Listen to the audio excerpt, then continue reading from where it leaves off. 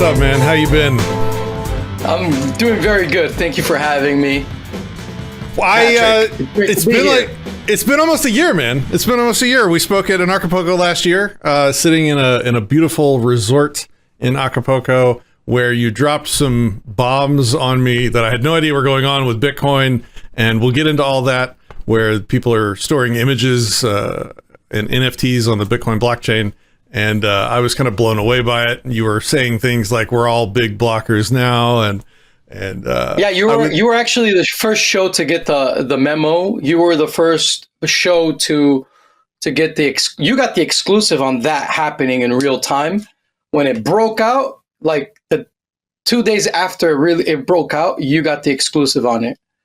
I want to find out what happened. I want to find out how it's been going, and then talk about maybe some of the ideas behind what's happening, why it's happening, and if it's a good thing or not. But let's save that for next. Sure. I want to talk about a tweet that you sent me recently, which blew my mind. I didn't realize this had happened. It is a great example of just how criminal the U.S. government is. They basically auctioned off. So I'll let you tell the story, but it has to do with Ross Ulbricht and the Bitcoin that he got from the Silk Road, and what happened to it, and who has it now. So can you give us the rundown on that? Yeah, it's an upsetting story because the government took this Bitcoin from Ross, and then they auctioned a portion off. At the time, I personally thought it was the entire amount, but it turns out that they still have some more. I just found out a couple days ago, and they auctioned out a lot of Bitcoin. If I remember right, it was at like $391. I do remember the price of Bitcoin. And Tim Draper, who is the like of a family of venture capitalists. His son runs Boost VC. His dad was a venture capitalist as well.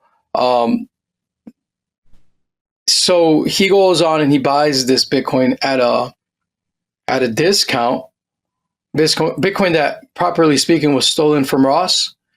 And I ran into Tim Draper at a conference in Miami, and I confronted him, and I'm like, "Hey, dude, so when are you going to help out Ross and his family out with the great gains that you made out of his Bitcoin?"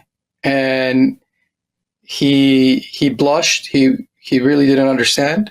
That video was caught on that encounter was caught on camera by an outlet, a crypto outlet, and they never gave me the footage. Unfortunately, I don't know why they didn't give me the footage, but it should be there somewhere. I should hit him up again.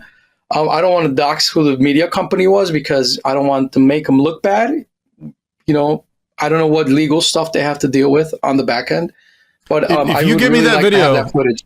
If you give me that video, I'll cut it in right here. I'll wait like a day or two before we release this, and if you can get it from him, I'll drop it in here right now. I'll try. It's yeah. It was. I was a little aggressive, and in my encounter with him, which I think it's proper, because the guy Tim Draper has been prancing around talking about Bitcoin and Ross Ulbricht quite a lot throughout the years.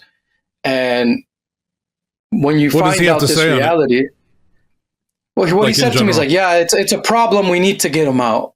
We need to help him out. I'm like, dude, well, I mean, you made millions, if not hundreds of millions, out of his Bitcoin over the years. You know, I'm not asking you to do anything. I'm just saying that we're holding you accountable, man, because like you're speaking this game about helping out Ross Ulbricht, but yet arguably the funds that he would have had to defend himself are the funds that are under your custody now. So I think it's important to call these things out. So I agree. Don't tell me that you care about Ross and yet you are making a killing out of the Bitcoin that were stolen from him. That really pisses me off, actually, and I think it's wrong. And I'll let you guys be the judges of that. I think it's just important to keep this awareness going about what happened to Ross Ulbricht's Bitcoin, because a lot of the venture capital in Bitcoin comes from the Draper family venture capital funds. And so a lot of the crypto space in general. So it's, you know, I think a year or two ago, Lynn Ulbricht had to run a fundraiser where she attempted to auction off some artwork that Ross had made in prison. Well, you know what really pissed me off is that same day. You were saying, sorry. Yeah, no, they did an auction fundraiser because they needed funding. They needed money to continue maintaining the legal fight, to make sure that Lynn was set up to continue being able to do what she's doing, because she is getting on in years, to make sure that Ross had funding to keep fighting his fights and taking care of him as things progressed in that whole thing. They needed money. And you're telling me that this guy had Ross's money, made millions of dollars, has it all, made millions on it, could have given 1% of his profit to Lynn in this example, and solved all of their problems and made the whole need for the auction irrelevant. That's kind of messed up. Exactly. So, and you know what happened to me was that I was at this Bitcoin conference in Miami. It was the big Bitcoin conference, and I see Lynn at the bus stop. And I get off. We stop the car. We tell her we love her. Ask her if she needs a ride. She tells me she's waiting for an Uber or something. So you know, and then probably 15 minutes later, I run into Tim Draper. So like I had a lot of righteous indignation at the moment, and I went off on him. Like, really want to see this. I went off on him, dude. I was really loud. I made a scene. I said, like, when are you going to give Ross back, you know, his Bitcoin that were stolen from him, that are under your custody, Tim Draper? And a couple years later, there was an augmented reality version of Tim Draper at another conference, which was really funny. He was like Tim Draper in a box. And so I started, he had pre-programmed questions. You can ask Tim Draper anything you want. That one was caught on video. And so I think I might have the footage of that. And I'm asking robot Tim Draper all of these questions about Ross Ulbricht, and the people controlling the machine are like, no, you can't talk to him no more. Get away. So, I'm really happy you brought this up, because a lot of people don't talk about this. And I think that, you know, look, at the end of the day, God judges people. I can't judge people. But I think it's good to let everyone become aware of things, because what happened with Ross was a horrible injustice. It actually ties into the last thing you want to talk to me about, Satoshi himself. And it was, you know, it was, you know how in football you talk about unnecessary roughness? What they did to Ross is beyond criminal, dude. Like, oh yeah, it's the most disgusting. Whoever that judge is, I forgot her name, but I think she's a complete disgusting, vile human being.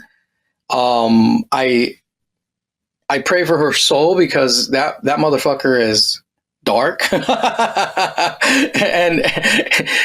I can't fathom ruining someone's life so harshly.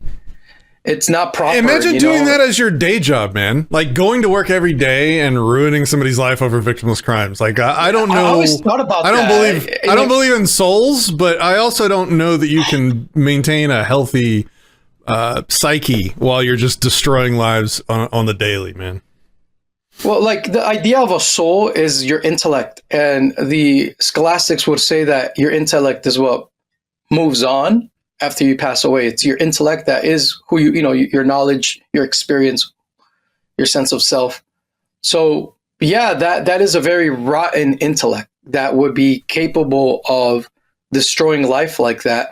Like, I really don't understand how anyone could work for government, to be honest. When I see a police officer, it really saddens me to see someone who has chosen a path in life that has such a scarcity mindset that they would invest their precious one life. You know, we only get one life, and they're investing that one life in doing something that is not really helping other people.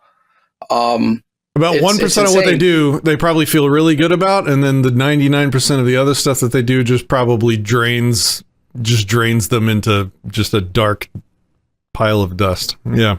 So my dream is to be able to leverage off technology to give people more freedom and the ability to monetize and make money off of their creativity, which will hopefully through economic incentives, people are forced to engage their imagination and creativity even more so that they can step out of that collectivist mindset of using force and violence so that they can start really being themselves, expressing themselves peacefully and making a lot more money and living a very happy life. Because we live in a world that we live in a debt-based world, and a lot of this unhappiness comes from the fact that people they lost what it meant to be, they lost a sense of self that we all know, we all experience, which was to be childlike, and losing that is something that I'm trying to regain for myself. And that the reason why I'm involved in crypto so passionately is because I see it as the way for us to regain that sense of wonder, of childlike wonder, to really enjoy and honor life as we're supposed to. Okay, so you're very pro crypto, and we have an upcoming guest on the channel, maybe in a week or so, that is very anti-crypto. And so with you, I'm going to play the anti, and with him, I'm going to play the pro, and it's going to be two interesting conversations. But I want to get into it. So, at Anarchapulco 1 year ago, you broke the news that I think I even said the word DDoS in the interview, that you guys were DDoSing the Bitcoin blockchain by jamming in all this extra data, which was raising the fees, which was delaying other people's transactions, arguably clogging up the chain, DDoSing the Bitcoin blockchain, and you were doing it with art and NFTs effectively. What has happened in the last year? Like, what's the status of Bitcoin and the status of crypto in general, and the status of this project to clog the Bitcoin blockchain with images? Well, it's been an utter success. Because the reason why you call it a DDoS attack, Patrick, is because you and everyone else in the world of crypto, and even myself, because I became accustomed to, not because I knew better, but because I became accustomed to, we all became accustomed to, or did not know otherwise, but to see a blockchain as a one-trick pony, as a one-trick pony, and specifically in the area of money, crypto as money. The truth is that Bitcoin, the architecture that Satoshi gave us and the economic design, allows us to do so much more, man. I would say everything we really could dream of, because not only are you able to put data on chain, because it's, like you said, it's something that has been proven capable. And obviously, it's something only that is you put on chain if there is a market for, right? So you can't. It's not an attack when there's voluntary exchange. People that don't like capitalism and that don't like creativity, those are the people who would say that this is an attack. But in reality, these are people that are, in all sincerity, control freaks that don't want people to express themselves as they please.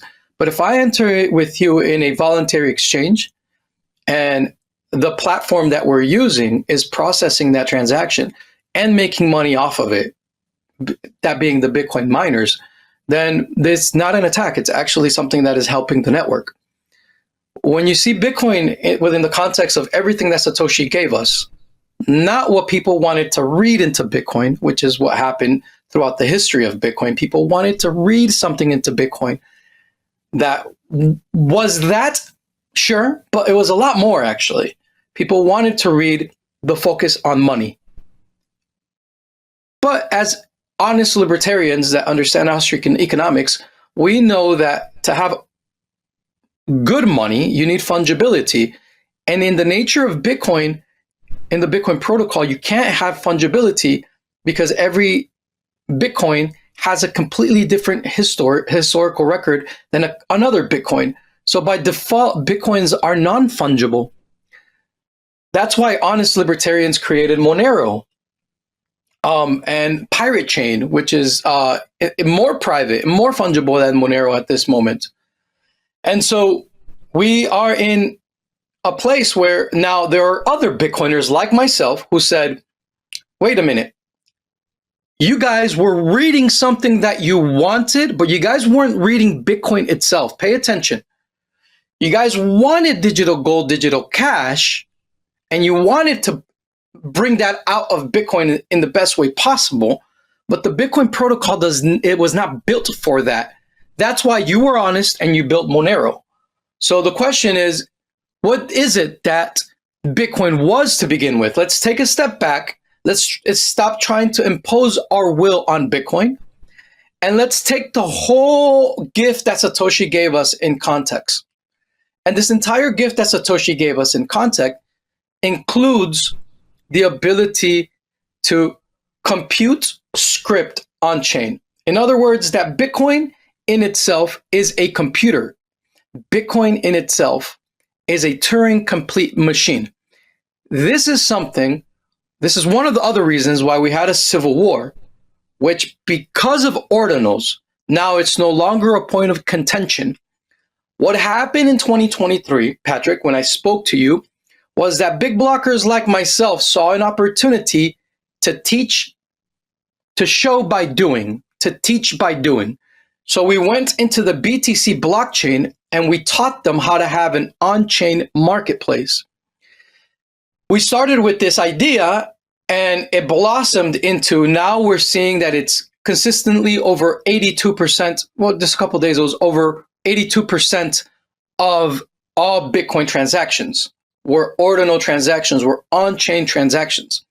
What does that mean, Patrick? It means that Bitcoin is a machine. For those that don't know, when you say ordinal, you mean like NFTs. Yeah. Right? Yes, okay. I'm talking about Ordinals is the first protocol, but there have been other protocols that have come after it on BTC. And the totality is not just to have an asset that is traded back and forth on chain. The holy grail of what's really happening here, Patrick, is that you can program these assets on chain. Bitcoiners are slowly discovering that the capability exists there. And the first attempt that a lot of people with BTC are going for is to give that utility of programmability to digital assets that live on the BTC blockchain via second layer computations. In other words, computations that happen outside the blockchain that are then attest their results on chain. That is the first attempt that the BTC world that is trying to wrestle with these big blocker ideas that they're now forced to admit were correct and the way to go. This is the way that in the present moment they're trying to compromise. So they're like, okay, well, we can't be like the BSV guys because we were told we're supposed to hate those guys. So what we're going to do is that we're going to still try to, this is the rhetoric that they've been using. We're going to limit our blockchain footprint.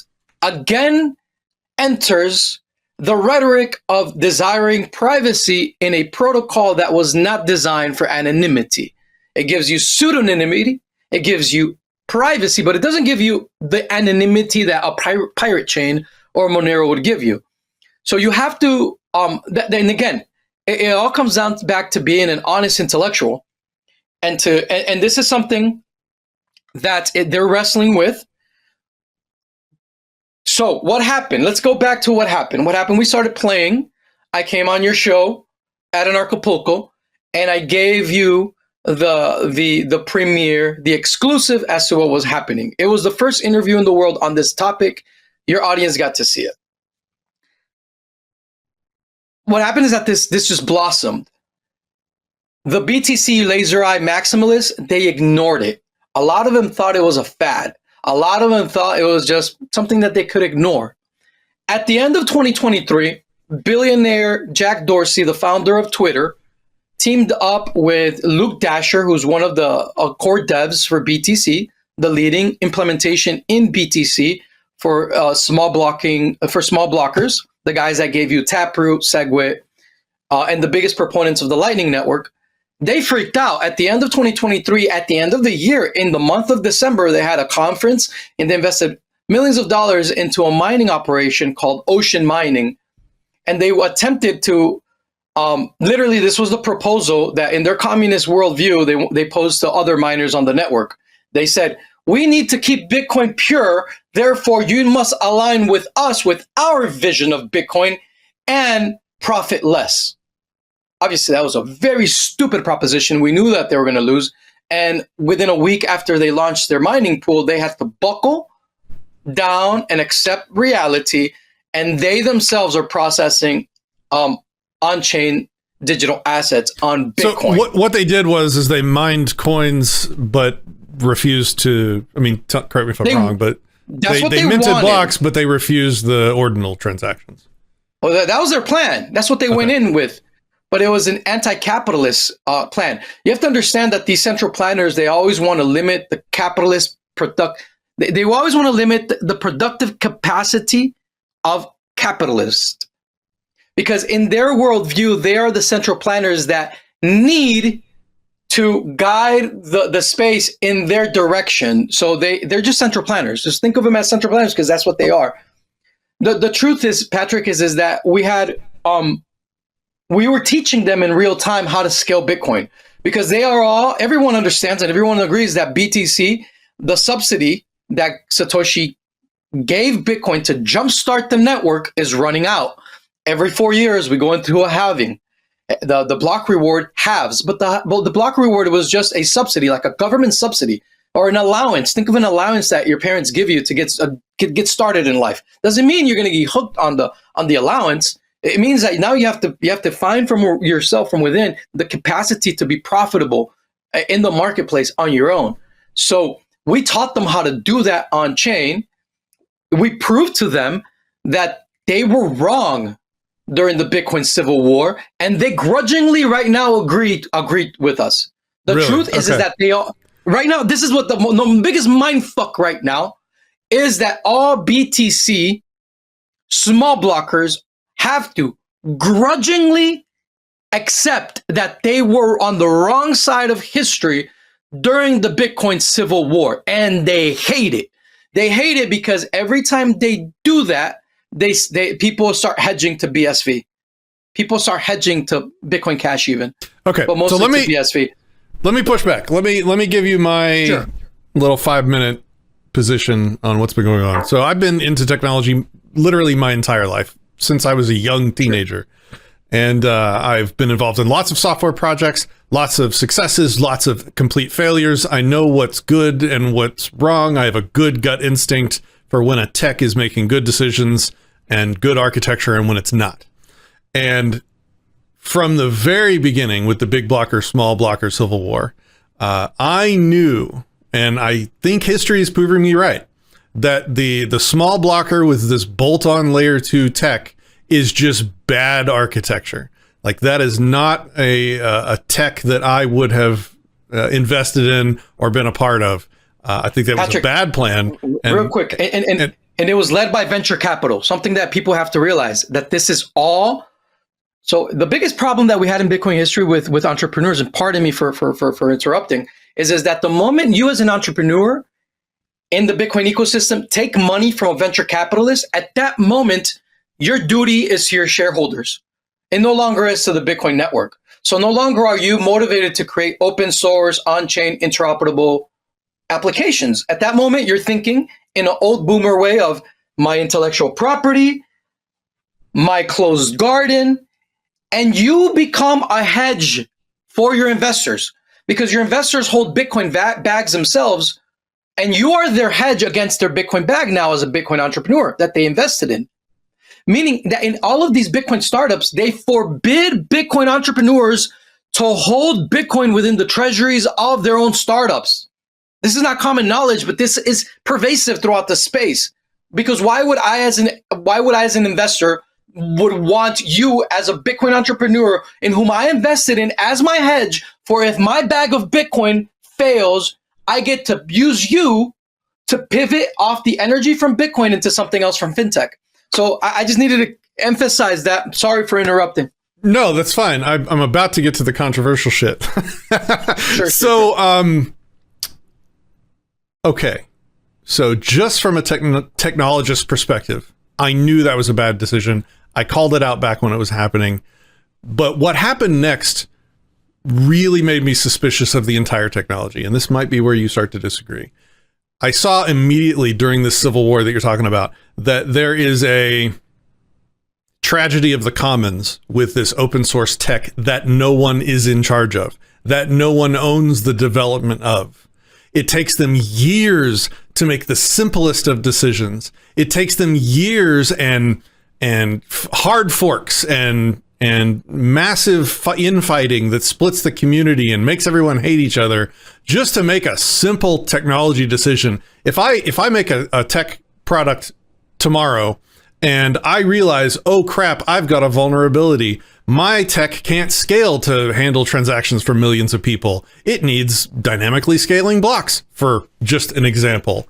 I immediately make the call. I say, developers that I'm paying because you work for me for this product I'm making, begin, prepping for dynamically sizable blocks to fix this problem. It takes about a day, maybe a week. Think through your options, lay out the plan, and execute. You iterate your technology or it dies. And that's like the biggest thing I can say about any technology from my gut feeling to the world is that if you're not able to iterate your tech, it's dead already. And you know why that is, right? In Bitcoin. The tragedy of the commons with Bitcoin is that no one has the quote unquote authority to do that. And you're going to call me a central planner or whatever. No, but it's the opposite. I agree with you. No, I agree. Hold on. So Bitcoin is communistically owned and operated, which that's where BTC all of its and Bitcoin Cash is, yes. That's both where BTC and Bitcoin Cash is, yes. That's where these failings come from. Yes. And it's it's an intractable problem. It's not going away. It's going to continue to not be able. Hold on. It's going to continue to not be able to iterate. It's going to continue to make poor decisions that hard fork the community in millions of ways. That to me, years ago, I said, okay, I'm not really interested in Bitcoin anymore because I see these fundamental fatal flaws that are going to kill the tech. Now, when you said, Bitcoin to you? Okay, what's Bitcoin to you? You go and then I said a lot, so I'll give it back to you, and then I want to get back to the DDoS thing. But yeah, go ahead. Okay, well, what's Bitcoin to me? I'll answer the question. Okay, I'll answer the question for me. Yeah, go ahead. And for me, Bitcoin for me is the protocol, not the ticker symbol. What's Bitcoin to you? Bitcoin is the world's least efficient database technology. Okay, that to me is not Bitcoin. Okay. Let me that was the edgy answer, right? It is the world's least efficient database technology because it uses an incredible amount of processing power and storage space to provide dog water slow transaction throughput. But it has one superpower that's not Bitcoin. It has one superpower that no other technology has. It's government resistant. Because it's decentralized. Awesome. Yeah. So okay. But it's for everyone. It's for everyone. Its superpower is also its fatal flaw, is what I'm trying to get at.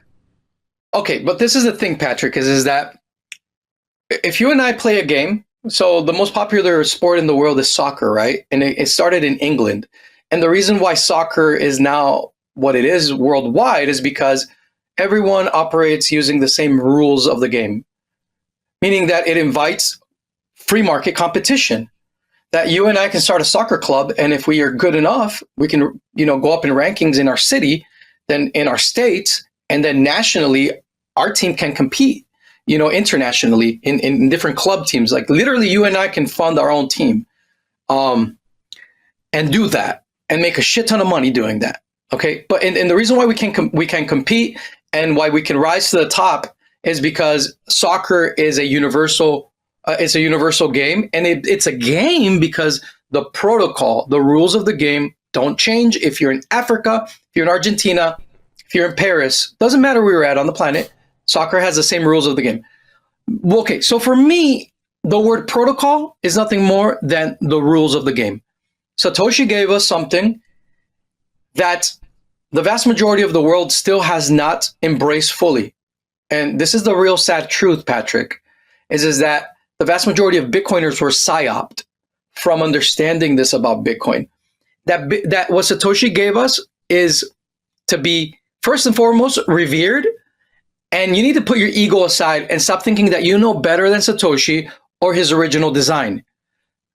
Fine, sure, you can have your own ideas in life. I don't care. But at the very least, respect that Satoshi gave us a game that he thought about very, very much, that incorporates many aspects of life, disciplines, technologies, and then he put it out into the world. And this game, this protocol, is what I call Bitcoin. What happened during the Bitcoin Civil War is that there were people who came into Bitcoin with their own ideas, and they decided to say, those rules of the game, we don't want to play by those rules. We want to take away these opcodes off Bitcoin. We want to take the ability to compute on chain. We're actually not even going to play by these rules. We're going to create our own rules, and we're going to scale Bitcoin in a completely different way than it was first intended. And so when you're in the middle of a game with someone, and all of a sudden, we're playing basketball, and all of a sudden, the other team tells you, "Hey, no, but from now on, we're going to be able to double dribble." Like, wait a minute, you can't double dribble. Basketball, there's a way to play basketball, and you broke from the way you play basketball. Now you're playing a completely different game. So for me, Bitcoin is not the ticker symbol. BTC is not Bitcoin. Bitcoin Cash is not Bitcoin. Bitcoin is the Bitcoin protocol. And out of all of the quote unquote ticker symbols that exist, the one that follows the protocol, the original design, most closely is BSV. It's the closest to the original design. And it's literally this community's desire is to be as true to this reality that Bitcoin is a fixed and stable protocol. Now, does that mean that you can have different implementations of the code? Yes. Of the Bitcoin protocol? Yes, you can have different implementations, but the rules remain the same. Can you code it up in different languages and have different interfaces? Yes. Actually, Bitcoin is extremely abundant. It allows you, literally, I see Bitcoin as a Turing-complete machine that allows you to compute whatever you want on chain, where every little tiny transaction is a computation. See, those words that I just said there about Bitcoin, that's Greek to the vast majority of people when they think about Bitcoin. They don't think about Bitcoin as a Turing-complete machine where every single tiny microtransaction, every movement on the internet can be programmed, arbitrage, and bettered consistently via proof of work. Like those are ideas that were lost. But I stay true to the original design in Bitcoin. And so guys like me that were hated on by big tech, by Silicon Valley, by Wall Street, that did not want this reality of Bitcoin to get out, we've been the ones that have endured the most abuse on the internet for over a decade. We've been the ones that have been completely shadow banned, censored from Bitcoin talk forums themselves, okay? The attack on us has been that intense. So what did we do? We humbly just continued working on this technology. We put our heads down, and we've been discovering amazing things from what Satoshi gave us. Things that all other Bitcoiners and other stripes like Bitcoin Cash and BTC completely forgot, or they don't even know exist. So what we did is that we went back into BTC in 2023 and we hacked their minds, because we came in with a level of expertise that they don't possess at all. We understand how to create marketplaces using on-chain marketplaces, where your marketplace is just a skin into the Bitcoin blockchain, where the blockchain itself is a marketplace itself. It's not just an accounting ledger. It's a marketplace in itself. We also know how to program these digital assets on chain in whatever way you want. So we have a body of knowledge and expertise that they don't have. So for us to go back into BTC and start arbitraging data and computing script on chain, for us, dude, it's like, honestly, dude, it's not even a fight. They can't compete with us. We have, again, like a decade of expertise doing this. Yes, in a forbidden place called BSV, that's like the Antarctica of crypto. Yes, in a place where there's not a lot of market activity, because like Antarctica, no plane will take you there. No exchange for many years listed BSV. So but it was our garage. It was a place we geeked out. We really came in with a sense of humility, like a begging, like meditating, contemplating the universe.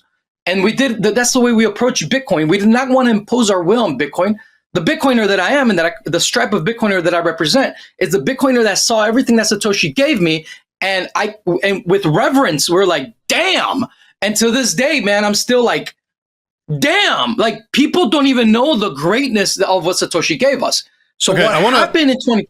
No, let me just tell you one more. Let me finish my thought pattern. Go for it, Patrick. Go for it. We came in and we dominated BTC to the point that we literally went up to their devs and we said, okay, we're here. We want to embrace BTC. Now we're doing Ordinals. What do you guys have to offer us? So a lot of developers, like top-notch devs, they went up to the BTC devs that were working on the Lightning Network and they were like, hey guys, what do you guys have for us? We want to do this. We want to play ball with you. We will play by the rules of the game that you change and that you have in BTC. We're fine. We like BTC because it's a metropolis with money and people. We want to make money. Let's do this. And you know what these guys said? After over 8 years of propaganda and hundreds of millions of dollars of venture capital investment into the Lightning Network, you know what they said? We have nothing. It was that fucking shocking, man. The Lightning Network, after 8 years, hundreds of millions of dollars, you have nothing to give me?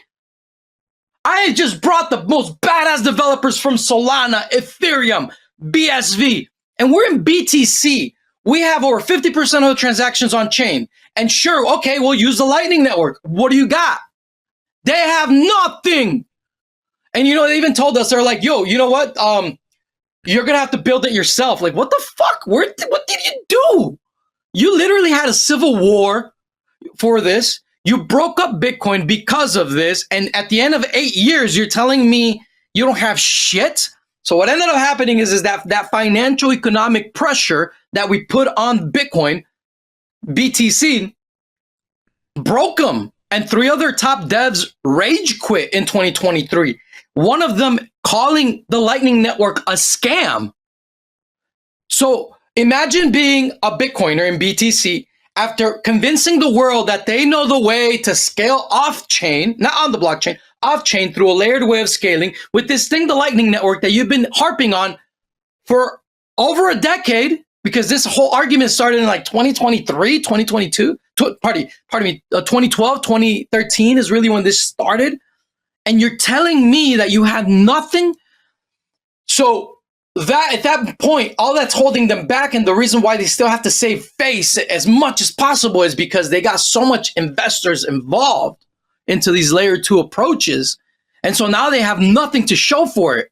They're fucked. We came in and we dominated. We run the exchanges on chain, all the BSV guys. We literally, because we have knowledge of this shit. We literally, when they started Ordinals and the BTC guys were all happy about it, you know what they said? They're like, great guys, in a year's time, we will have our first on-chain exchange. Yeah, they're calculating. You know what we did? Bro, in 2 days, we already had 3-4 on-chain exchanges, bunch of BSV guys. There's no way they can compete with this shit. They can't compete. They just can't compete in this realm. So then what happened, Patrick, is that after the Lightning Network was murdered and they themselves like literally buried it in silence, you know what happened then? All of a sudden, out of nowhere, a guy by the name of Robin Linus, puts out a white paper saying, we discovered that Bitcoin is Turing complete. What? In 2023, you're trying to tell me that you discovered that Bitcoin's Turing complete, when we've been saying this since 2012, 2013, when Craig Wright himself in 2015 in the All-Star panel with Nick Zabel, Trace Mayer, there's a bunch of guys here on the table. He tells them nonchalantly, in a very concise and at the same time very thorough, he explains how Bitcoin is Turing complete. And he mindfucks all these people. He's like, they're all like, you see them squirming, bro. I'll send you the link. They're squirming like, what? What do you mean it's Turing complete? It's because they're, no, if you want to do that, go to Ethereum. You know, like, and though all of a sudden they want to gaslight history, gaslight everything, and all of a sudden they discovered that Bitcoin is Turing complete. So this is what happened after that. Since they couldn't do and this is what they're doing right now. They couldn't sell venture capital. They couldn't sell investors the Lightning Network anymore. So now what they did is like, oh, we discovered Bitcoin Cert Complete. So out of this implementation, BitVM is called, there's a bunch of startups that have already sought venture capital. And last time I checked, there's like 5 of them already that have been funded by venture capital. And so what happened is that the leading developer of BitVM, his name is Super Testnet. I get a DM from somebody. He's like, Raph, Super wants you, if you could please introduce him to Jiawei Liu. Jiawei is the leading guy in BSV when it comes to computing script. He's like the leading scientist. Him along with Craig Wright, they work very close together. And I'm like, sure, yeah, I'll introduce them to one another, but I'll do it on video. And in that video, Super Testnet that I interviewed with Jiawei Liu, Super Testnet says that his whole inspiration comes from the work on-chain computing from BSV, from S-Script. So Patrick, let me ask you a question. In the early days of Bitcoin, people would say on the news, on the radio, all over, oh, we really like the blockchain technology, but we hate the Bitcoin. What did all smart investors do in the early days when they heard that? They bought Bitcoin. Did they not? Okay, what's happening now is that a lot of Bitcoiners in BTC are saying, we love the BSV technology, but we hate BSV. What are all the smart investors doing right now? Fill in the blank. I want to make one more point on Bitcoin before, and then I want to ask you about BSV and Bitcoin Cash, because I stopped following Bitcoin Cash several years ago on purpose, but we can get to that. So the last point I want to make on Bitcoin is this. The difference between calling ordinals an attack or a DDoS and just normal usage of the network is the purpose of the network. What is the purpose of the Bitcoin network? Now, I was under the understanding... Wait a minute. I'm getting there. I'm getting there. I'm getting there. What's the purpose of... I'm getting there. So like the white paper says digital cash. And I think that's what most people were under the understanding of. So when you look at it as a digital cash technology, then the ordinal thing is definitely an attack. It's definitely a DDoS. You're using the chain for something that isn't cash. I'm going to get there. Let me make the point from both sides, right? So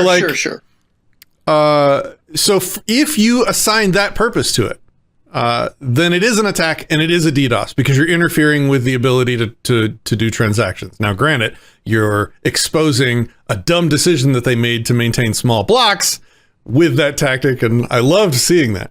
But if that's the purpose, then an attack is a valid way to look at it.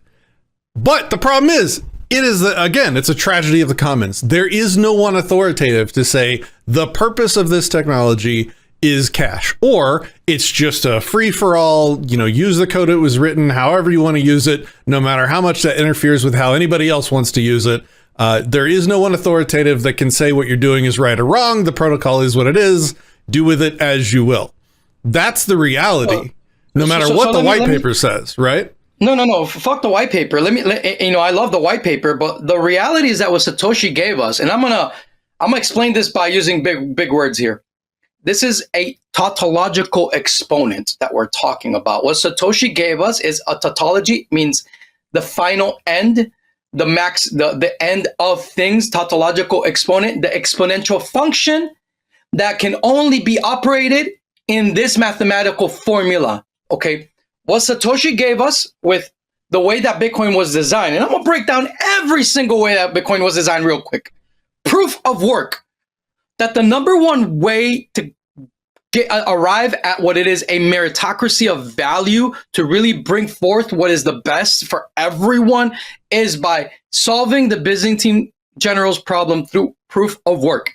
Meaning that it is through open market competition that we're capable of figuring out what's best to one another within an environment where I can leverage off your success, you leverage off my success, and and the more interconnected we are, because we trust each other so much in the marketplace, the more interconnected we are, the more it is incentivized to be good actors in the marketplace.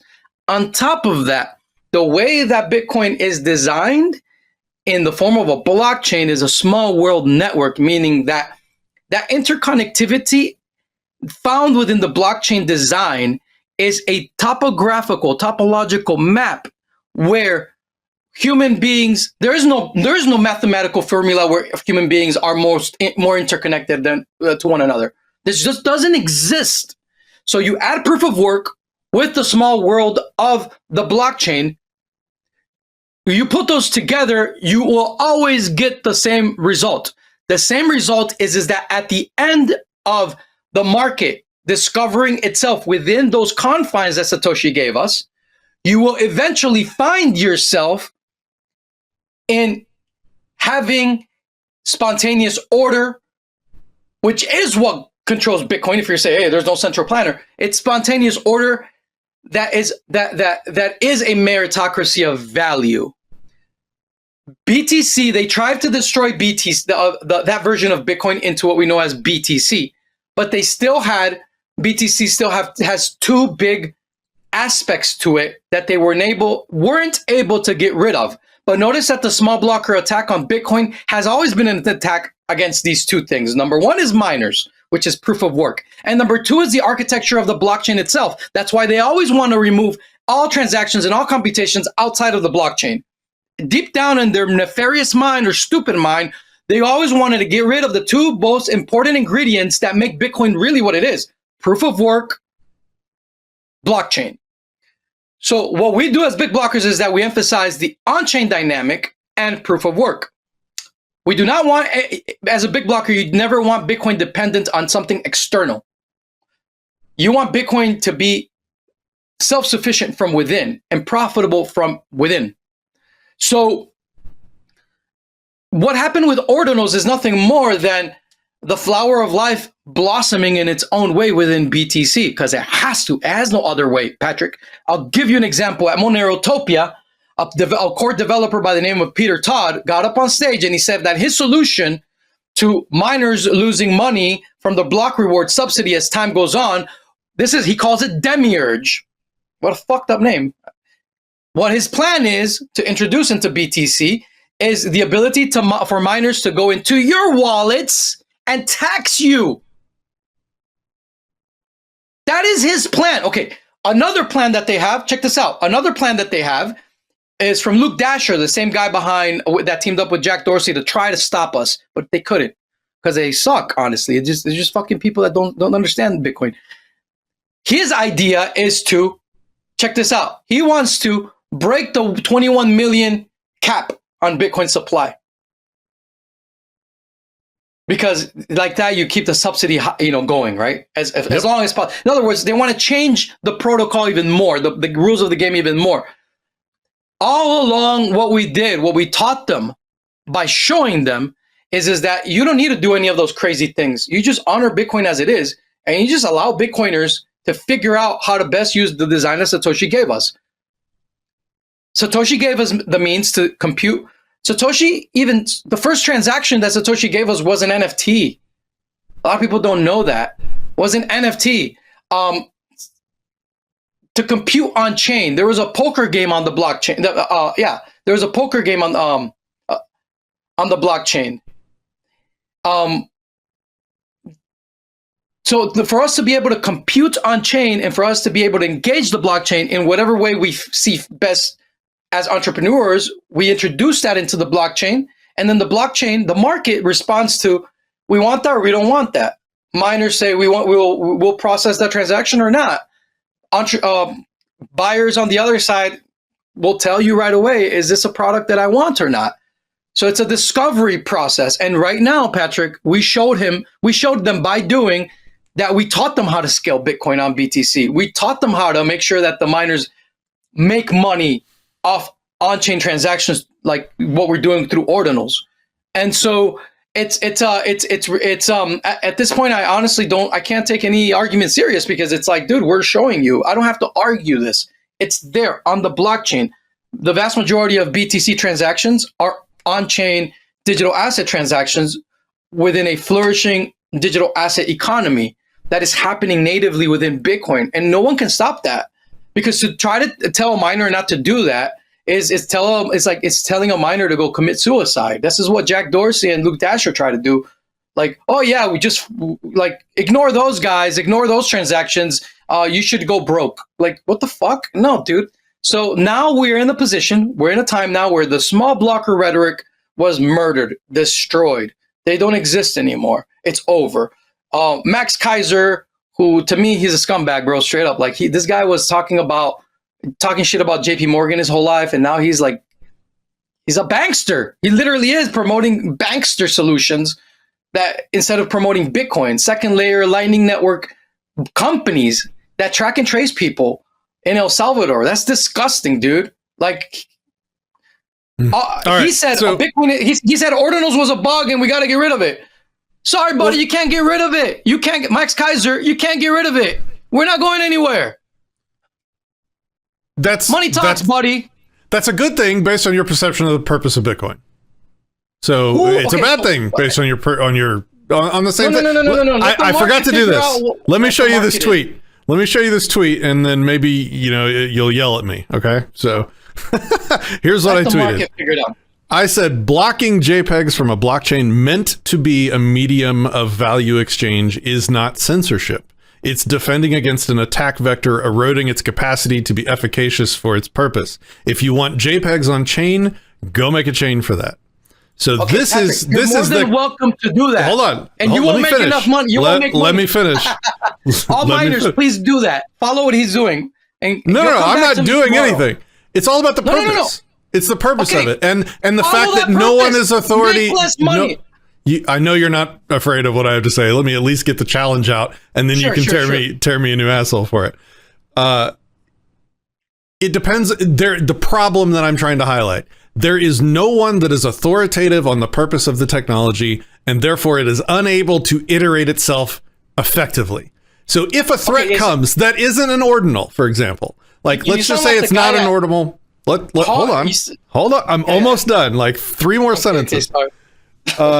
If an attack comes along that isn't an ordinal, but it's like an actual problem that's actually interfering with the technology in ways that everybody, let's say, agrees, right?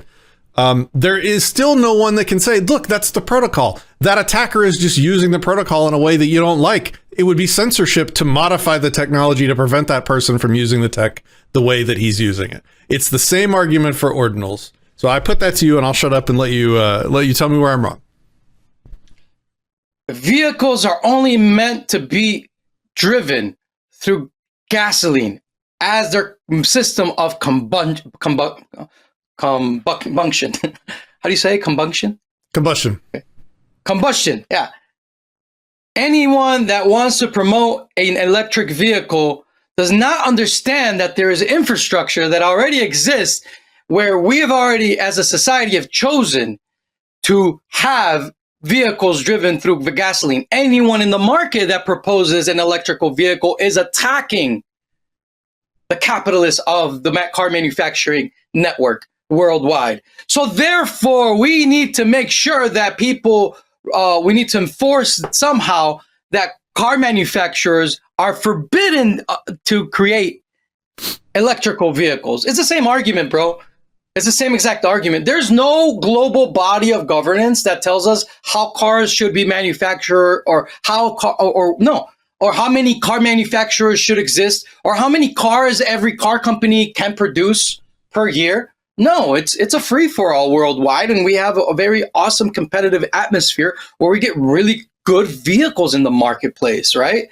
So it's the same thing with mining and Bitcoin and entrepreneurship. When you understand that Satoshi gave us the capability to compute script on chain, which small blockers now agree, right? I told you the story. So they agree that an on-chain economy, it's the thing is that this is not even an argument anymore, Patrick. Because if everyone in BTC is welcome to censor ordinal transactions, by all means, I welcome you to do that because I think you're dumb and you deserve to go broke. By all means, miner. I'm not taking it. I'm not taking a side. Yeah. I'm just saying. I'm telling you why I'm not interested in Bitcoin sell, anymore. That's what I'm doing. Well, that's fine. Anyone that wants to make less money is welcome to become less competitive and fit in the market. No, I'm saying BTC, like specifically. Okay. They're welcome to be less competitive. Anyone that wants to go against market demand is welcome to handicap themselves. Now, here, what are they doing? What is BTC doing about the small big? Are they actually now making concessions? Are they going to dynamically size the blocks? I looked this up literally before we went live. The average time for a transaction to go through is right now, as of today, 4 hours. And a week ago, it was a day and a half. The average time was a day and a half, which is absurd for a tech to be used as a medium of exchange. Like, well, we're not going to stop. We're going to keep having fun, and we're going to keep enjoying ourselves and making money. And I'm not trying to stop you. You can't stop me. You can't stop anyone. There's no. It is what it is, Patrick. I mean, they already did try to do that. So Luke Dasher put out like code so that people can prune the ordinal transactions on their little windows into the blockchain that they call, what they call full nodes, Raspberry Pis that live under their pillows and they blink at night. They can do that. By all means, do that. You can pretend reality doesn't exist as well, bro. You can do all that. I don't give a fuck. If you want to be dumb, be dumb. Now that the big blockers have won, what are they doing about it? Well, it's just are they changing? They are, but they're doing it quietly. Shh. Because look, I gave you the syllogism, right? Already, the argument. In the early days, they would say, we love the blockchain technology, but not Bitcoin. That's what everyone used to say on the media, all the boomers, that when they encountered Bitcoin, it's like, the blockchain technology is great, but we don't like the Bitcoin. And all the smart people bought Bitcoin. Now what's happening within the Bitcoin world is that a lot of people are saying we love the BSV technology, but we hate BSV. Big Toshi, Aussie man bad, so what are all the people smart that people don't know doing? Let's get into it. What's BSV? It's the original protocol, the unbroken chain of digital signatures from the Genesis block of Bitcoin. To me, it is the real Bitcoin because it is the Bitcoin that follows the rules of the game that Satoshi gave us, where we as Bitcoiners constantly safeguard one another and make sure that nobody breaks the rules of the game, that it's fixed and stable. No matter who you are, if you try to change the rules of the game, I'm sorry, dude, there's going to be people within this network that will always say, no, you can't do that. And so it's respecting the rules of the game. And when you have a fixed and stable protocol, then you have real competition. And it is the foundation of true decentralization, because true decentralization is not something that central planners provide, but true decentralization is something that is market driven. In order to have true decentralization, you need to have a fixed and stable protocol. What's the technical overview? It's Bitcoin with dynamic block sizes, or is there other differences? It's unbounded block sizes. Okay. So every block of time, no matter how many transactions are in the mempool, they're cleared out every 2 minutes. Yeah, everything's cleared out, and there is the understanding is that you take Bitcoin as Satoshi gave it to you. You don't try to create something out of it and impose your will on it, but you have to see that Bitcoin was not a privacy coin. Bitcoin was not an anonymous machine. Bitcoin is a truth ledger, an honesty machine. The book that can never be burned. It is the book of life. And this is why this is the number one discovery in crypto history that has been persecuted the most, Patrick. It's because people in power hate the idea of being held accountable. They're okay. Honestly, they're very comfortable with hiding and anonymity. And that's why, they've never gone after a Monero the way that they've gone after a BSV. The reason why they go after a BSV is because BSV comes with a lot of power. It comes with the ability to completely destabilize big tech as we know it. because it is Bitcoin that allows you to embrace big data on chain through proof of work, meaning that big data has an automatic feedback loop into the market through proof of work to ever better itself, while at the same time making the end user the owner of their data and not the product of big data. So it's it's what geeks me out the most in crypto. It really is. It's what inspires my imagination the most. Every other blockchain that exists within the confines of limitations. Every other blockchain lives within the blockchains and limitations, where your imagination, everybody in crypto is conditioned implicitly to think within the bounds and create within the bounds of those limitations of those blockchains. So everyone in crypto is working with a broken toy. Turns out that the toy Satoshi gave us is the most abundant, infinite playground of possibilities that is at the same time the coolest toy that is not broken. And it is for this reason that BSV is so attacked right now. It is for this reason that there is a whole coalition of big tech and Silicon Valley entities teaming up against Craig Wright in the Copa trial as we speak. That's about to launch in a couple days. Who is Craig Wright? Correct. In my opinion, he's Satoshi Nakamoto. Let me tell you the story of Satoshi Nakamoto from my study of Satoshi Nakamoto. I need to make sure we're talking about the same guy. Let me get a screenshot. Yeah, Craig Wright. The people call him Fake Toshi. He's a forbidden figure in crypto. People watching this right now probably turned it off. This guy? I just took a screenshot on my Twitter. Yes. This guy? Correct. That guy. Yes, that guy. This gentle Daisy MFer that blocked me for making an anti-government joke on Twitter, you're saying is Satoshi he blocked Nakamoto? Me too. Yes. Let me explain it to you. What a precious individual he is. Yes. So he created BSV. Yes. He created Bitcoin. Okay. Satoshi. Or he was part of Team Satoshi. I think Satoshi was a team. I think his friend Dave Kleiman helped him out a lot, to the extent of how much he helped him. I don't know the trial. Okay, so let me tell you the story of Satoshi. Yeah? As much as I've understood it, studied it, the story of Satoshi. He blocked you too. Right? He blocked you too. He did. Okay. Yes, he did. All right. Yeah, but you have to understand, he's very smart, dude. And the problem is, before we get started. Too. No, you're not. I'm smart too, but I'm no Nikola Tesla. I'm no Satoshi. I'm no Albert Einstein. I'm smart, but you have to be humble too, bro. And the problem is that everybody and their mama, every NPC that exists in the world, wants simple answers to complex questions, and they demand it. They're so fucking entitled that they don't have to do any fucking research, but they are demanding, and they go by what the mainstream crypto media tells them, funded by Bilderberg and venture capital snakes, and they're all of a sudden, we know the truth of everything. No, motherfucker, you don't. You don't go to the prime sources, and I know that. How do I know that? I proved it to you. Guys like me have been saying that Bitcoin's turned complete since 2012. And all of a sudden, you have these guys in 2023 trying to tell me and school me that Bitcoin's turned complete. Wait a minute. We knew the Lightning Network was going to fail. We had to push them to the point of reality through economic pressure for them to admit it.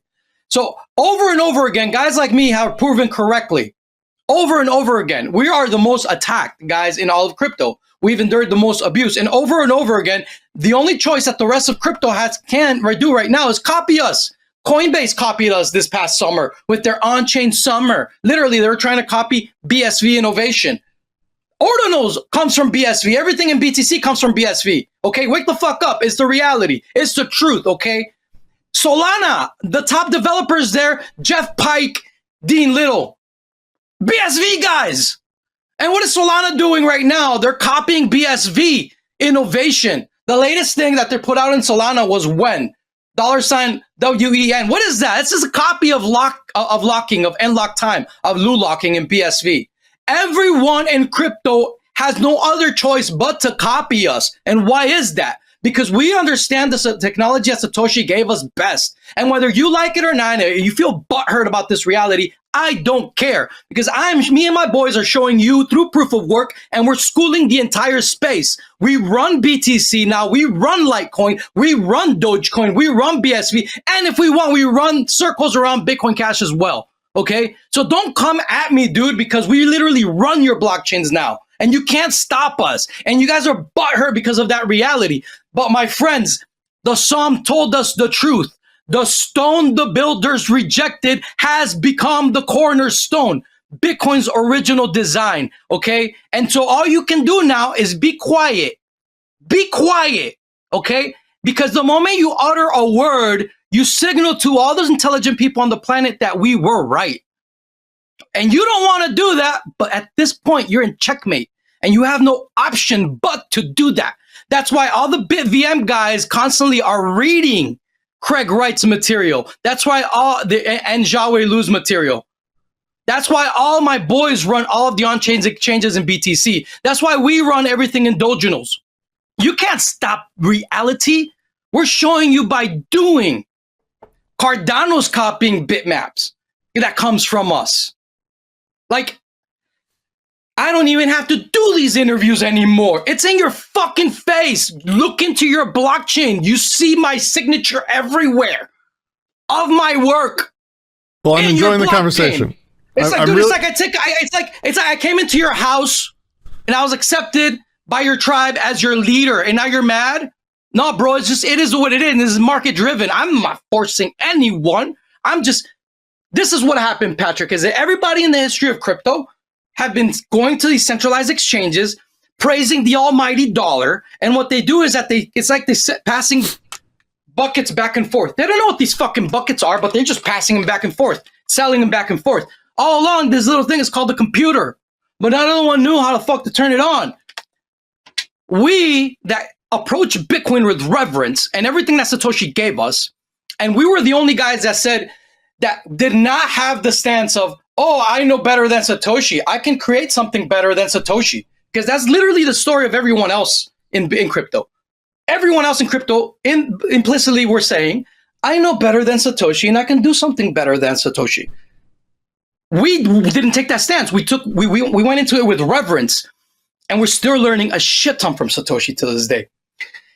So we know how these things work. So we turned on these computers, and we're going into these blockchains like Dogecoin. Like, this is how it works. And people are like, oh my God, how did he do that? Let me teach you. That's literally what happened. So The story of Satoshi, let's go back to the story of Satoshi.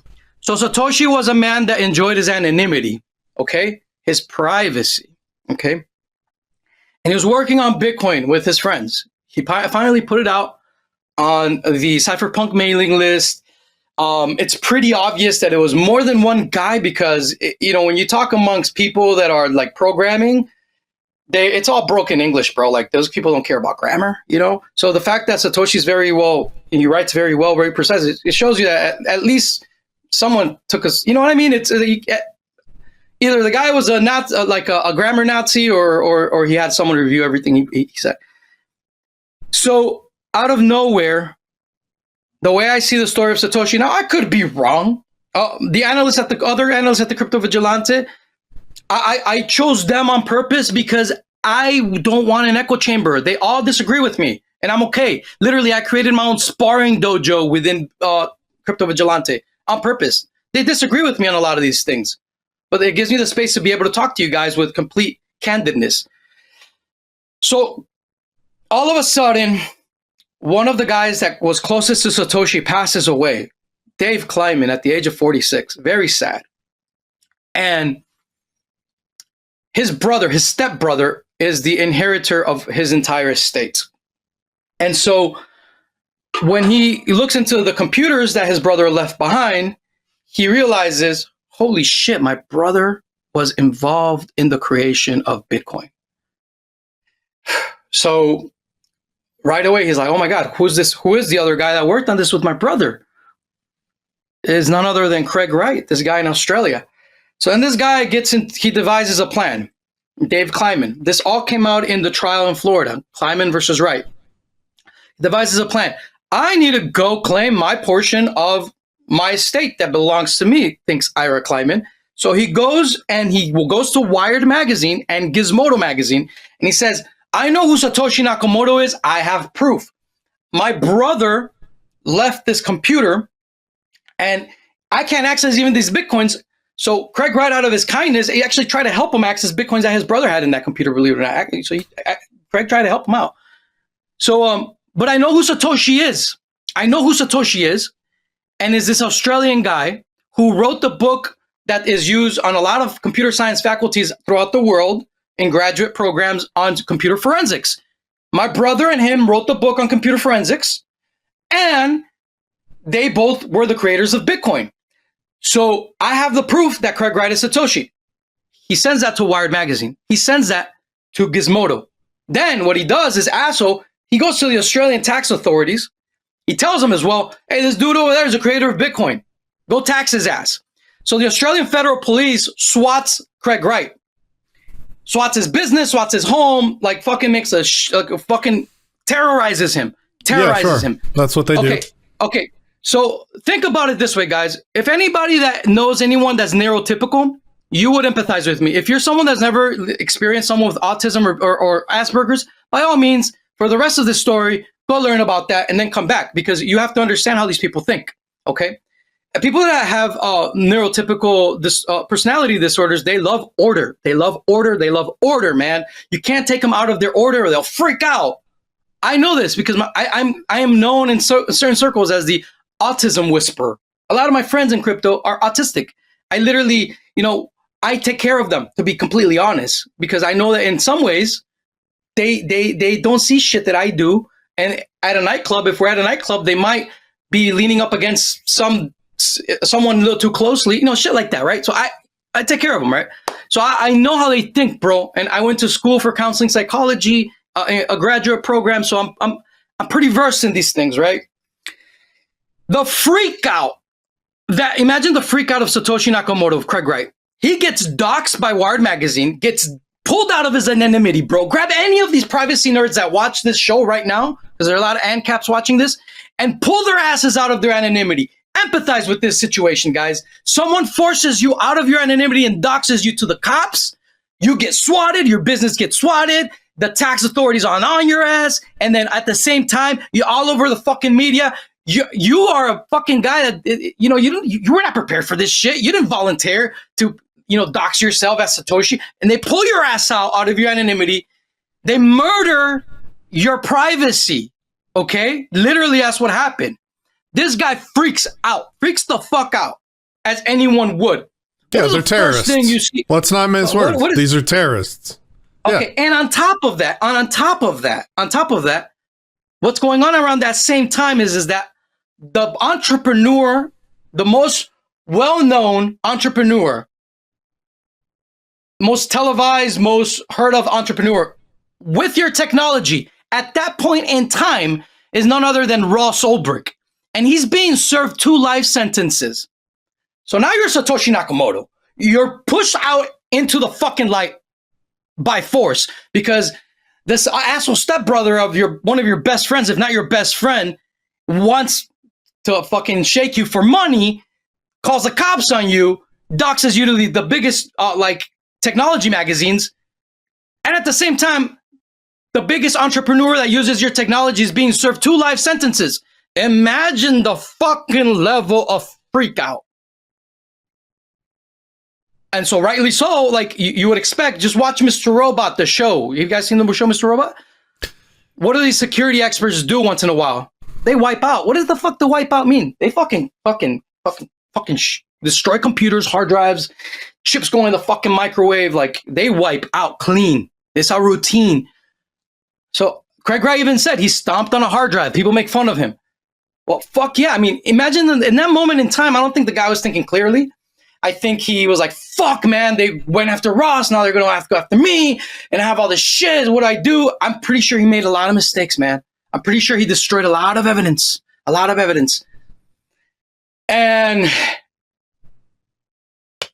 later on,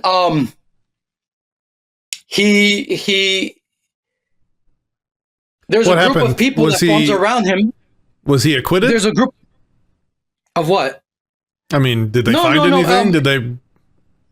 Well, the whole. Are you talking about the case Kleiman versus Wright? Yeah, when I don't know, when the terrorists raided his house or whatever, did they find anything? Did they prosecute him? They harassed him, bro. They harassed him to the point that he had to leave the country. He went to the UK. It was just it was really sad, bro. It really was sad. So the Satoshi that you read and all the anarchists read is like, oh, Satoshi's such an anarchist. Look what he said. Like, but just think about it. All you motherfuckers that are all about anonymity and privacy, I know you. I know a lot of you. And a lot of you guys are, in real life, a completely different motherfucker. You pay your taxes, yes, sir. You go vote. I know you motherfuckers. Because why? Because you're smart. You're not dumb. You know, you're not dumb. So in your public life, in your personal life, you blend in with the rest. As you're supposed to, because you're not stupid. But in your private life, in your anonymous life, you're a completely different character. You say so many fucking things online, and you know, it's like the ring of Gaijis, right? Like, it's a completely different person, right? Obviously, it's psychologically proven that people, when they're under surveillance, they act differently. Okay, it's obvious. We all know this shit. So, of course, now that Craig Wright is pulled out of his anonymity as Satoshi, and he's doxxed, or he would say privacy. He's pulled out of his privacy. His privacy is murdered. What choice does he have?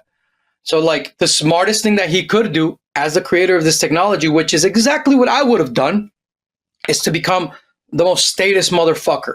Because the way I would approach it is, I already mind-fucked them through the world of technology. I already fucking created the machine with the economic incentives that incentivizes freedom and makes tyranny ever more costly. So I already did that.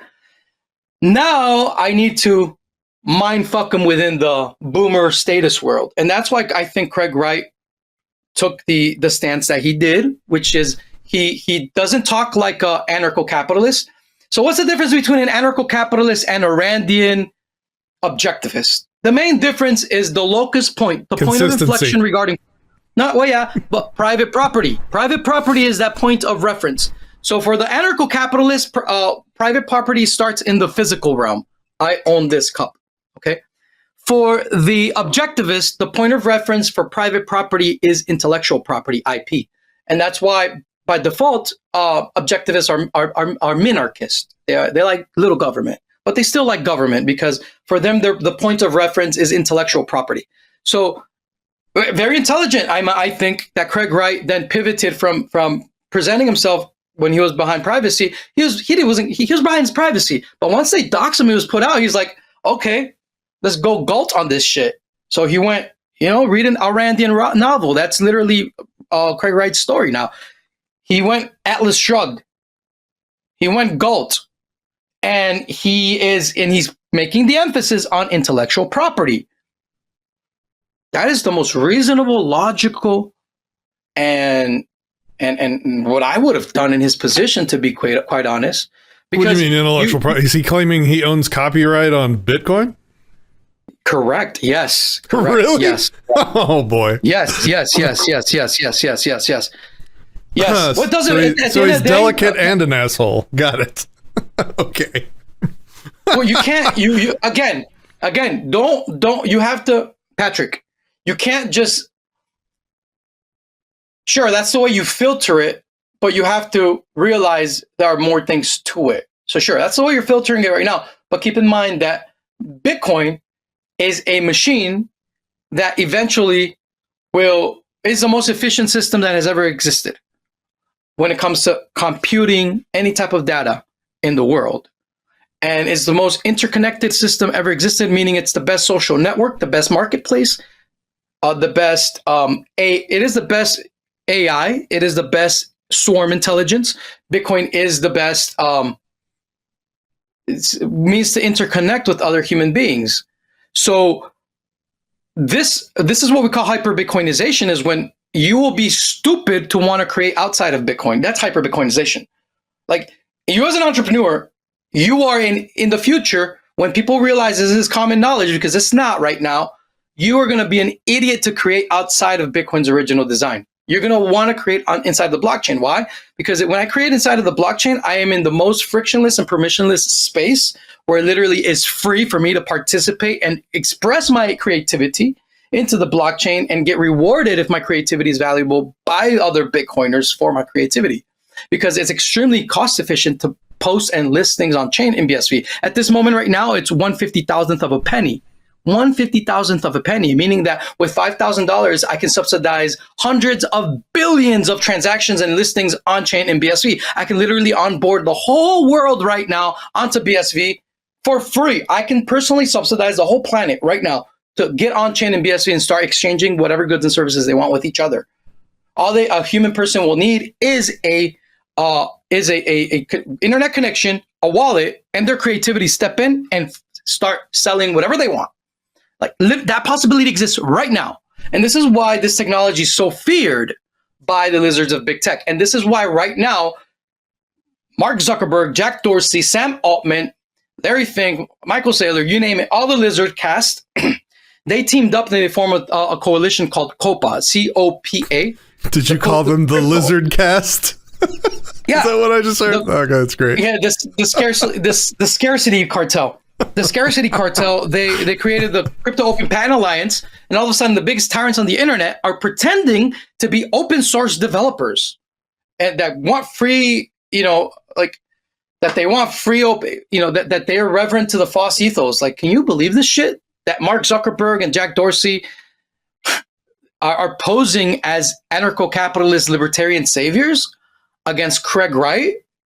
They're just butthurt that he has created the best, most efficient system that has ever created, that's mathematically possible. Remember, I told you guys the phrase that I invented here, a tautological exponent. It is the exponential function out of all of the recipes possible with technology.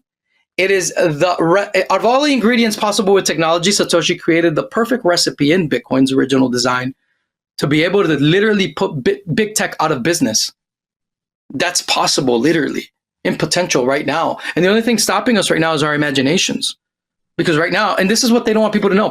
They do not want you to know the shit that I'm telling you right now. That's the last thing these lizards want you guys to know, is the capability that Bitcoin's original design has. Because this is exactly what Ethereum, Solana, everybody wants, but they can't have, because all of those blockchains are limited. So in their minds, the people in those networks are conditioned to think in a scarcity way, because they know deep down that their blockchains can only scale so much. They can only do so much. Okay. So they've conditioned themselves to play in that role. I'm not. I'm conditioning myself more and more every day to think more abundantly, because I really am embracing Bitcoin's fullness. I have two questions left. One is on Bitcoin Cash, and one is back on BSV, and then I'll let you have the last word, and we can wrap it up. So, question about Bitcoin Cash. I think I just checked. The price is like 3 times BSV. It's like 200 and something. What happened to Bitcoin Cash? Like a few years ago, it was blowing up. Everybody was talking about it. It was solving the big block or the small block problem. What happened? Well, just like the really short version. Small block. You want me to give you like a quick elevator version? Yeah, just like, a couple minutes. We don't need to go like all deep. I'm just curious what happened to it. They weren't big blockers. That's the point. In reality, really? they never embrace. Well, they never embrace Bitcoin's computational power. First, that's the most important thing. They never embrace on-chain computing. That's the number one thing. So in their mind, they think that Satoshi just gave us Bitcoin to go buy coffee with. How stupid! Why would I? Why? How the fuck is that revolutionary?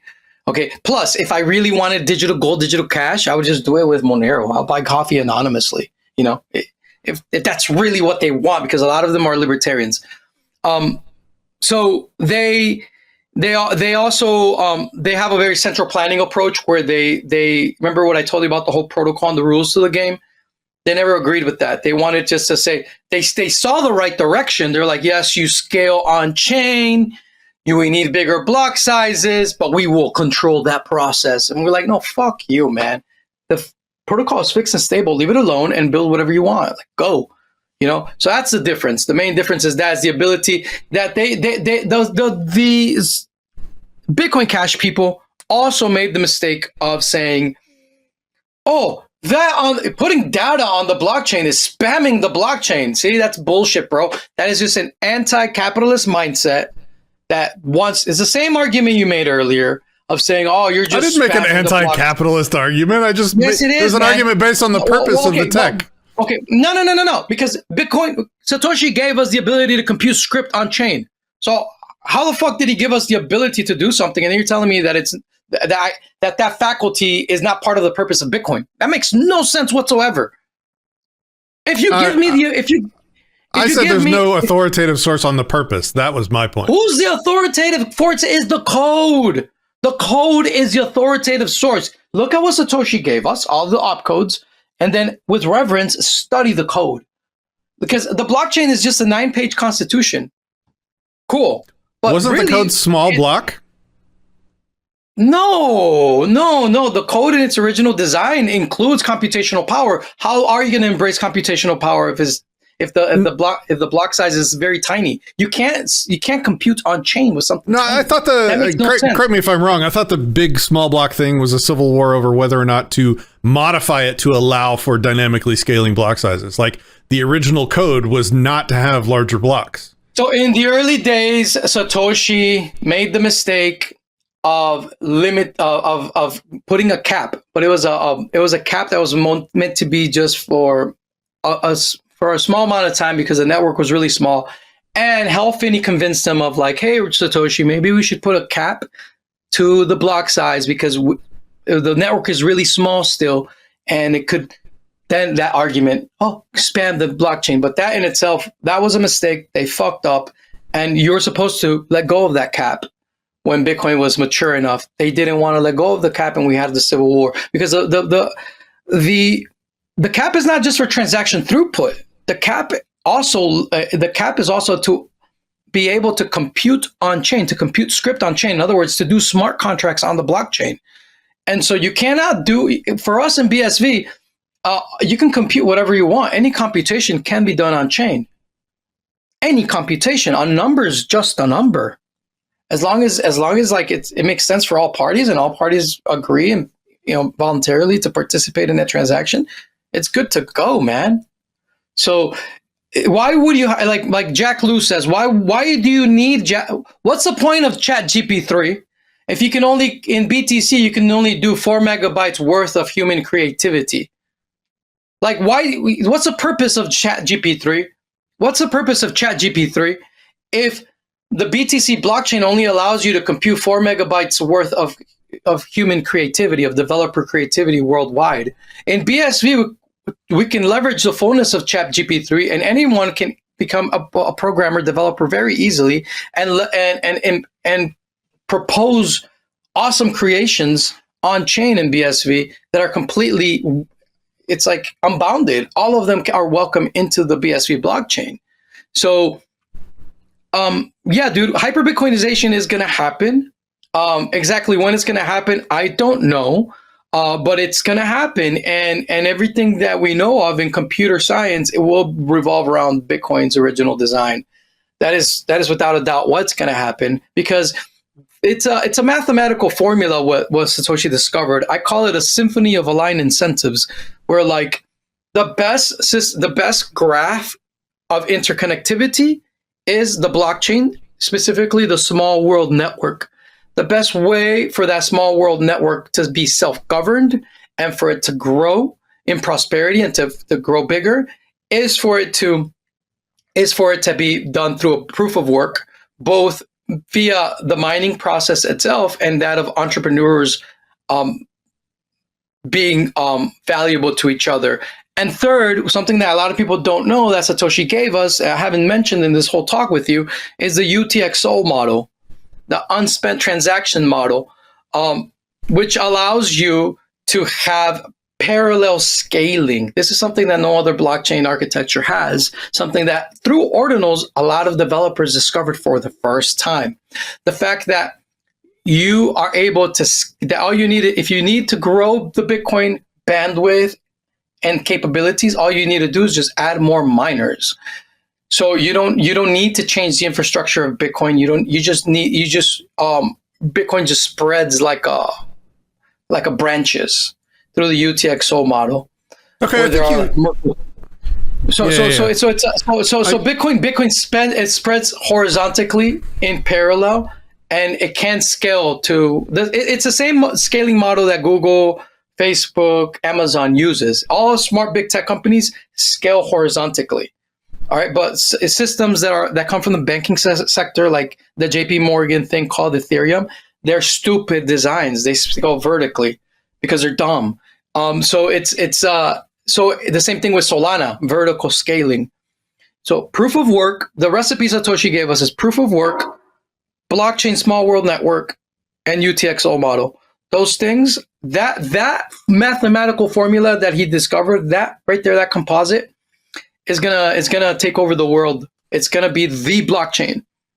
Watch, Okay. it's gonna happen. Final question, and then I'll let you have the last word, and we can wrap it up. So, does it's the same kind of purposeful design and tech iteration that I think Bitcoin is missing?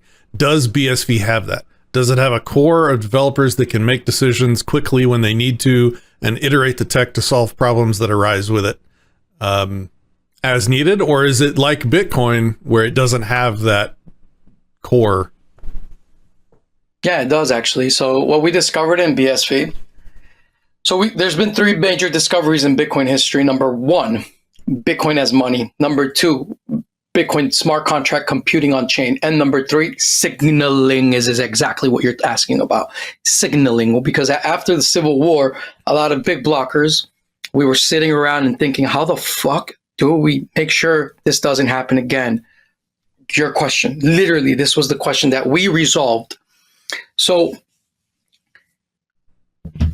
signaling is the ability to clean up the internet between what is noise, manipulation, fake news, and honest signals. So what we discovered through biology, we discovered the theory of the handicap principle. And we saw it. Do you know the handicap principle? I explained it to you last time we were here, which is that animals in nature, especially males in nature, give themselves a handicap to attract females. That signals that they're fit and successful in nature. Like the peacock gives himself feathers to attract a mate. The buck gives himself the more stronger, the most badass buck gives himself the biggest fucking antlers, and he attracts a mate during the rut. Right? That's how nature. So males give themselves a handicap to attract females. So we saw that in Bitcoin. Satoshi himself, in Bitcoin, there is the handicap principle is found within proof of work, where miners themselves give themselves a handicap because they spend energy they waste energy that they'll never get back. And they're putting that message out into the world saying, I'm so confident in this network that I'm capable of spending energy that I'll never get back, that I will, that I'm putting out this signal of me being capable of securing the network by spending energy, because this network will compensate me for the energy spent and more. So it's a costly signal inherent. The handicap principle is inherent within Bitcoin mining. We discovered that in BSV, in Bitcoin's original design. So especially, this was a discovery led by the Emperor of Bitcoin, who we call him dearly. You've met. He was from Austin, Texas, back in the day, Daniel Krawitz. And so we asked ourselves, okay, so how is it that we can use this aspect of Bitcoin to communicate with each other, to know who actually to trust and not to trust? So we devised now two systems of signaling in BSV. One of them, the latest one, is called locking. It's nlock. It's based on the technology from Satoshi, an opcode that they turned off in BTC called nlock time.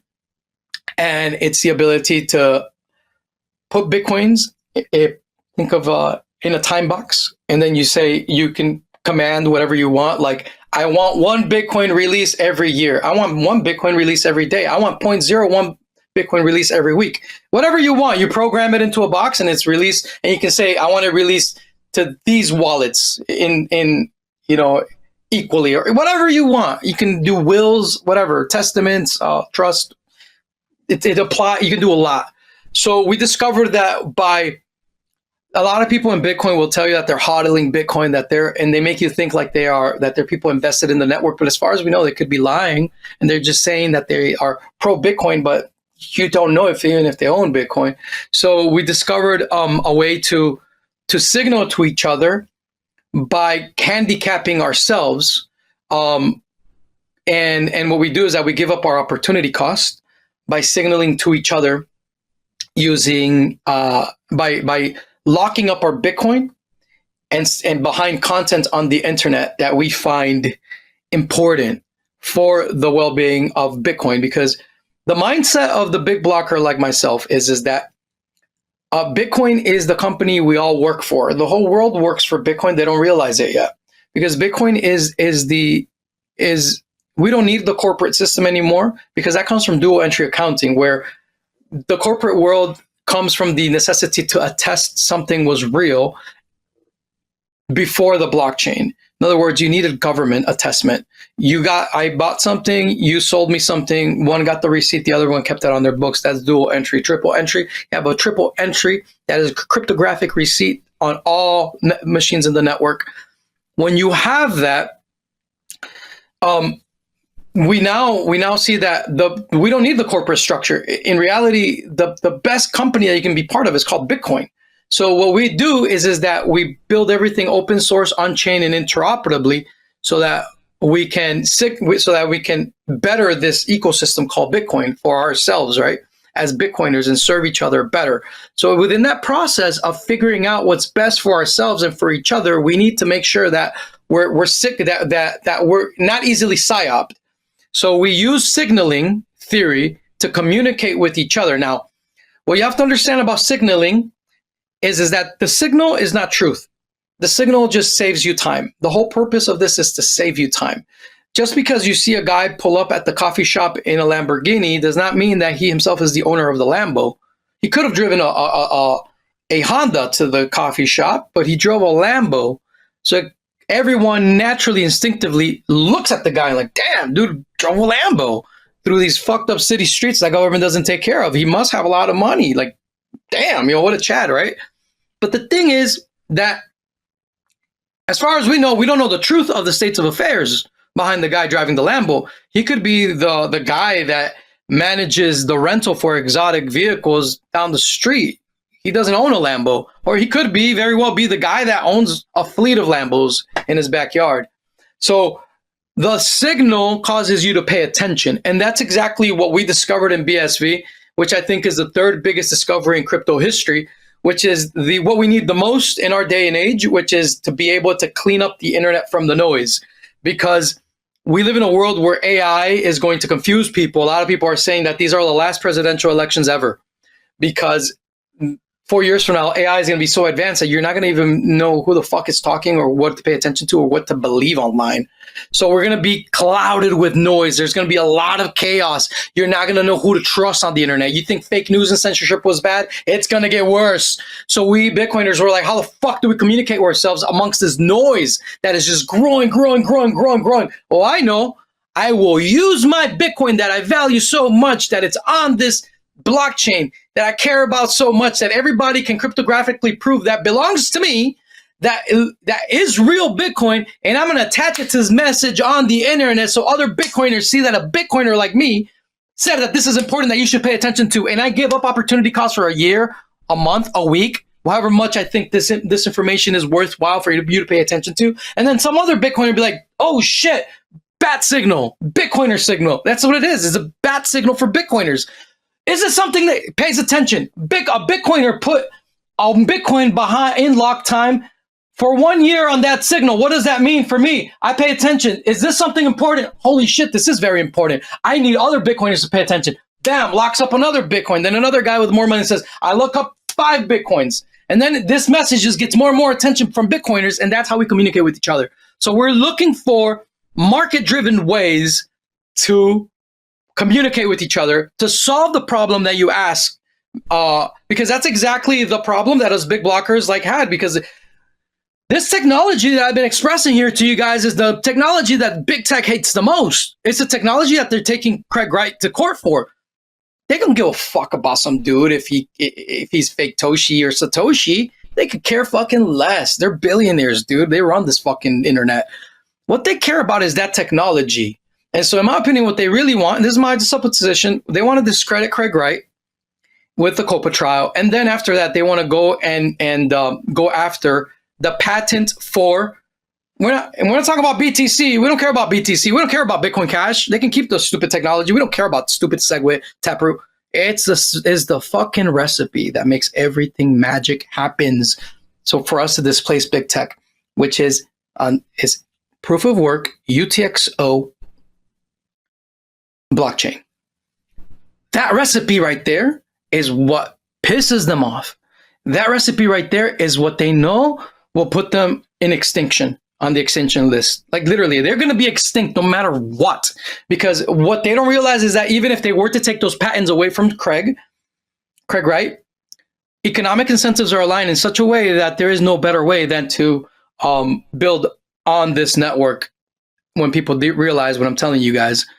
And so it doesn't matter who has the patents or not, because no one's going to enforce any patents once hyper-Bitcoinization takes off, because you'd be an idiot to build outside of the most interconnected, cheapest, scalable, most interoperable system on Earth. You would never do that. Where you own your data, that'd be fucking ridiculous. And I'll remember that the same infrastructure that BTC holds is the same infrastructure that guards BSV as well, meaning that the entire infrastructure of miners is nothing more than turn switch to become BSV miners. Just like Raphael? FTX, I pushed a button when FTX was going down, people pushed the button and they sold.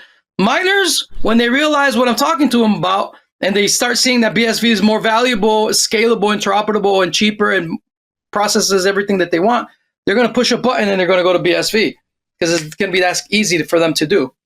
I love every time I talk to you, Raphael, and this has been no different. Thank you for letting me spend an hour and a half challenging the hell out of you and getting pushback. I hope you had a good time. I know I did. Bring better challengers, man. Like look, man, one of my producers said Patrick Smith is the best interlocutor that you can have, Raph, because he's someone that he's a very critical thinker, and the way he interacts with you is very healthy because he really digs into things. Patrick, I invite you to bring more people to challenge me. Please do that. And like bring whoever you want, dude. Anyone you want. I love a good debate. So if you find a good opponent out there and you want a moderator, I'm happy to moderate debates for you. That sounds fun. I will give you the last word. Chicken. Where can people find you? Chicken. Oh, cryptovigilante.io. Cryptovigilante.io. They're chicken. They won't step up. None of them will step up. No small blocker, no F-head. None of them will step up. They're scared. They know it's true. This is true. Like, I don't even have to debate. I think debating is boomer as itself, but I will debate them and I will crush them because it's that easy, bro. They're scared. They won't come. They won't come up. They won't come up. I promise you, they won't come up, dude. And so I call upon anyone out there in crypto space that wants to challenge these ideas and what I expose here regarding Bitcoin's original design, and none of them will step up. I promise you. And if they do, they're gonna get murdered, bro. Because that's what I've done with them in every fucking stage throughout the world. And it's at this point, it's like, I honestly feel mean, bro. Like I hate being a bully, bro. And the truth is that at this point it's be bullying them. At this point is bullying them. You know, at this point it is bullying them, because me and my guys took over all of their blockchains, bro. Like, what the fuck else can I argument say? Like, look at your blockchain, motherfucker. Like, 82% of your blockchain is run by us. Like that's like, there is no argument. The market is speaking, man. It's over. It's game over. So, if they want to step up, they're more than welcome, bro. Because I'm here for the audience and I want to teach people. Because the most important thing is for people to learn about these forbidden truths. People are forbidden from knowing about what Satoshi gave us. They don't want you to know this shit. It scares them that you, with your buddies, can go on Bitcoin, use the miners as the back end of your business, and compete with Amazon right now. They don't want you to know that. Cryptovigilante.com? What was it? One more time? IO. Cryptovigilante.io. Thank you, Raphael. Thank you. On Twitter. I look forward to our next chat, and we'll dissect what happens a year from now or something. Awesome. Vamos Vigilante on Twitter. Vamos Vigilante on Twitter. All right, man. Have a good one. It was great talking to you. Thank you, guys. Now we are dealing with a possible world war. Some will say we are already in a world war. My condolences and prayers go out to everyone suffering under tyranny. It really sucks. I'm really sorry. But it seems as if people are starting to wake up regarding crypto more and more each day. And so it's in the description right here to read, where we give our secret sauce and what we teach our subscribers, because things are just that bad. You know, everyone needs this information. People need to know about sound cryptocurrencies that are actually private by default, and to know how to properly use crypto.